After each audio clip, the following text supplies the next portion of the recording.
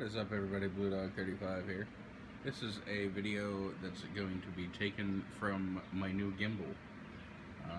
It is a smartphone gimbal. I don't know the exact model number, and I don't even know how to pronounce the name of the manufacturer. It is wow, that lighting is wonderful.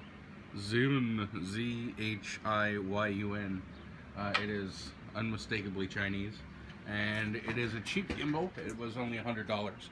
But it seems to be fairly good.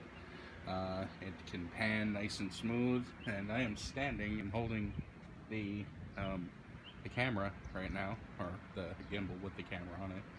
And you probably can't really tell that, I'm not holding it out in front of my hand, just shaking like Michael J. Fox trying to shoot a selfie.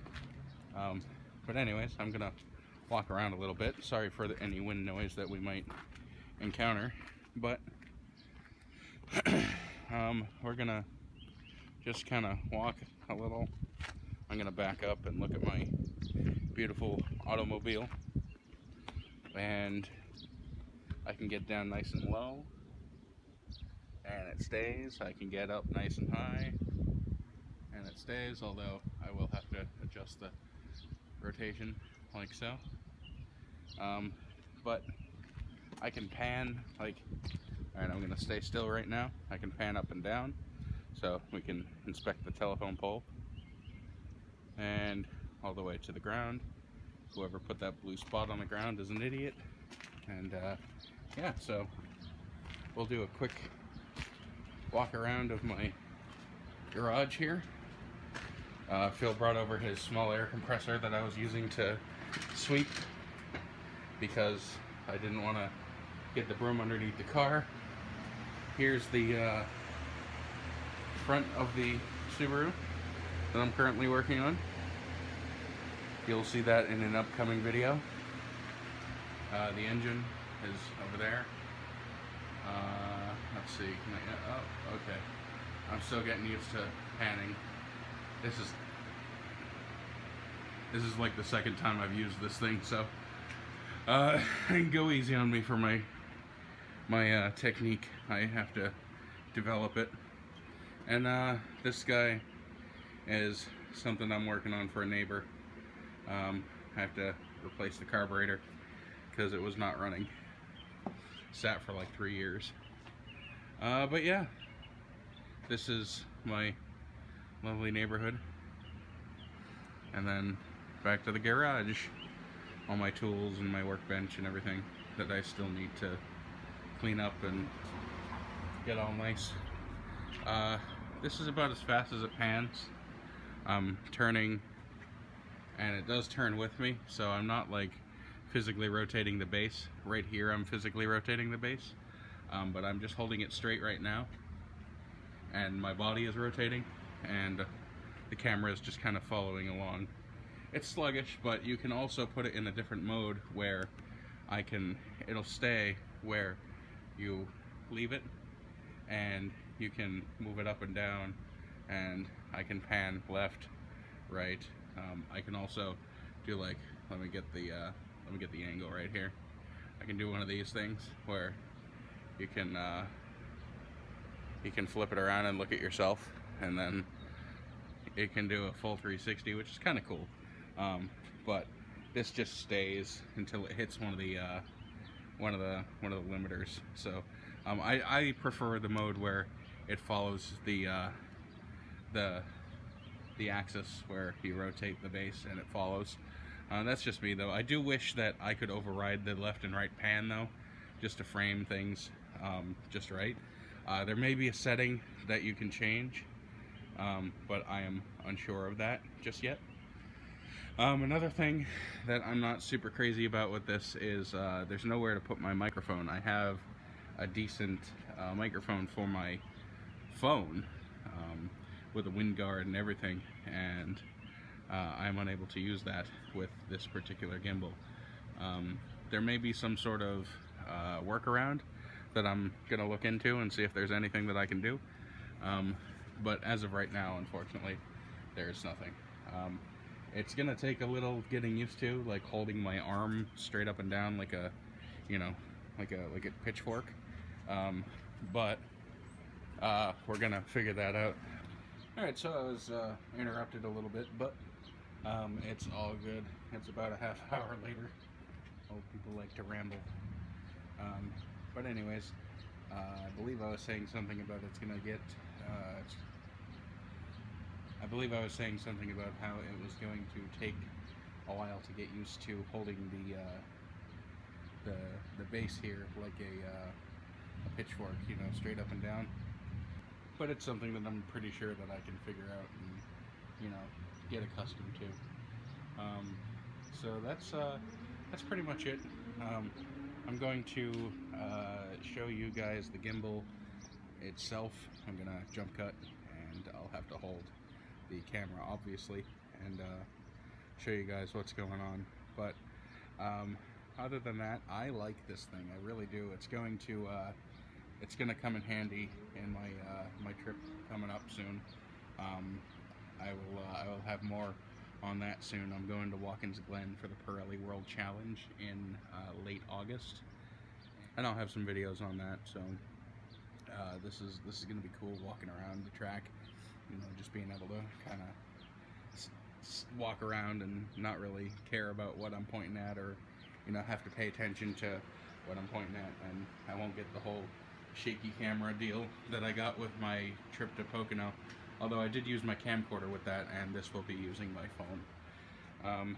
So I might actually invest in another small camera or something that I can mount to this, whether it be another phone that just, you know, has a blank memory that I can add to, so that I can still have my music and all that stuff on this, or some other form of, you know, recording device.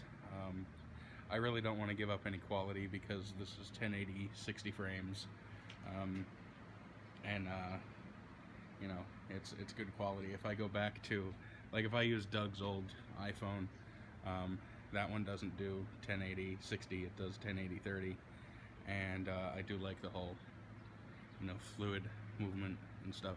And plus the iPhone 6 is actually, which is what I am recording on right now, is actually a half decent camera. It's not the greatest, but it is pretty good. So yeah, I'm getting used to this. I'm just experimenting with some pan shots and, you know, up and down with the panning. I don't know if you can hear anything, if you can hear the motors or anything. I'm guessing not. That would be probably bad for business if the motors were noisy. I cannot hear anything myself. They're just, you know, they're brushless motors. Yeah, I can't hear a thing. So they seem to be working well, and yeah, I will have more videos with this. I gotta find a way to mount it to, like, my dashboard or something, so that I can do videos driving with it and still have it stabilized. That's what a lot of people do. They have, like, a gimbal mounted outside on, like, a suction cup or something, and I'm sure I could figure something out. But I love the whole, like, I can, you know, up and down, up and, you know, all that stuff, and it stays relatively in frame, because that's pretty cool. This will definitely be cool if I go to, like, car shows or you know, something like that. So anyways, I'm gonna stop rambling and end this video. Be on the lookout for more on this Forester here. As I showed in the beginning of this video, I pulled the motor out of it. Actually, you know what, I'll show you the engine. I pulled the engine out of it. That's the engine right there. And there's the tires here, and there's a whole bunch of parts underneath that chair. It's mainly just bumpers and a few other various things. You know, radiator support and all that jazz. But like I said, there's my ugly face. Well, part of it.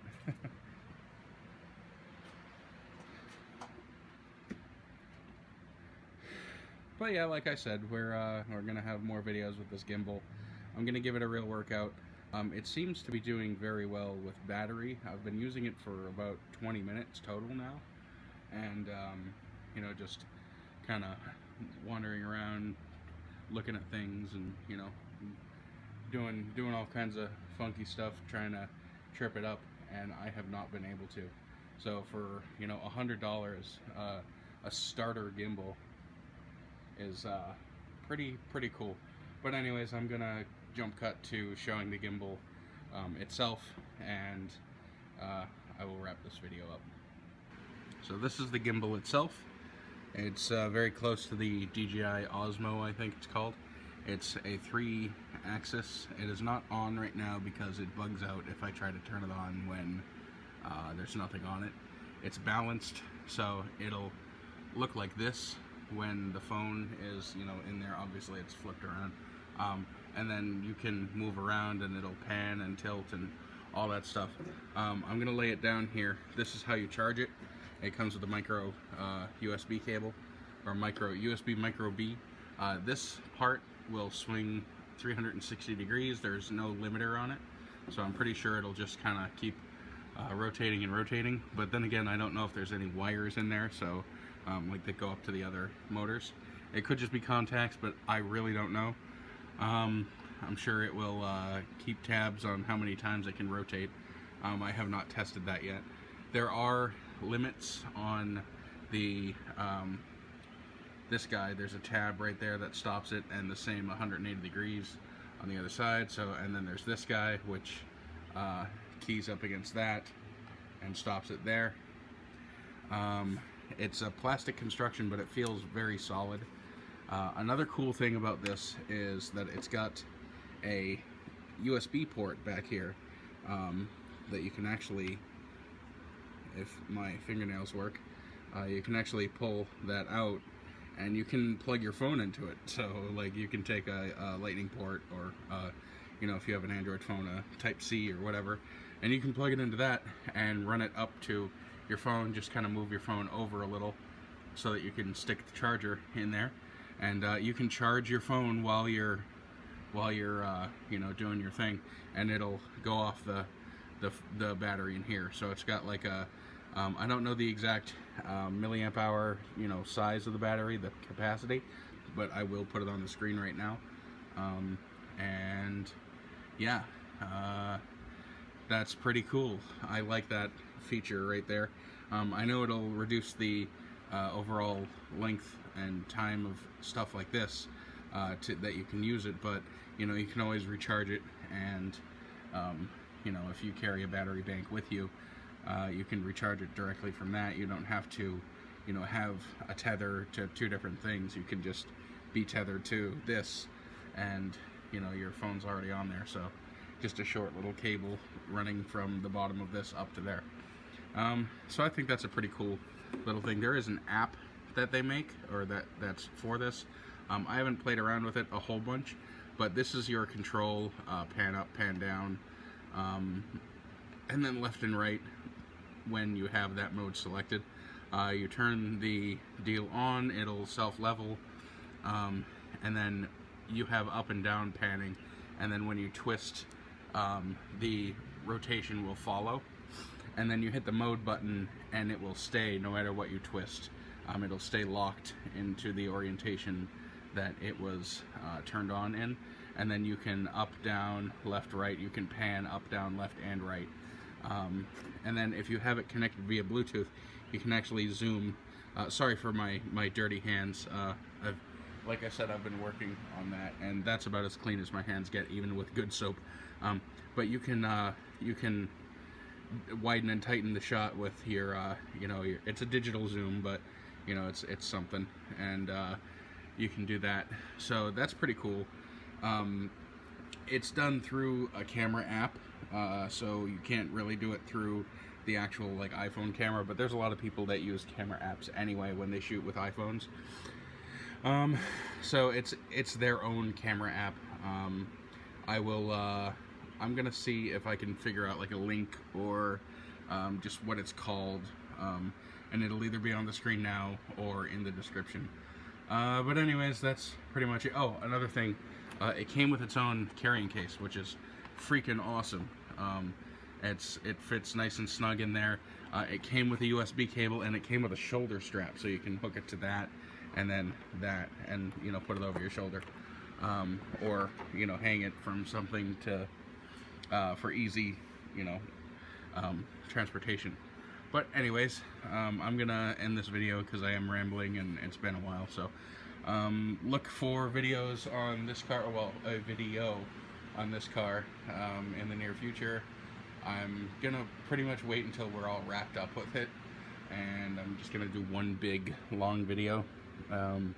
I might do 2 parts with a bulk of the stuff being in one, and then, you know, an update or 2 after, because I am getting kind of restless with it. I haven't put a video out in a while. But yeah, so if you like this video, rate, subscribe, like, comment, send me death threats, check out the links in the description, and I'll catch you guys in the next video.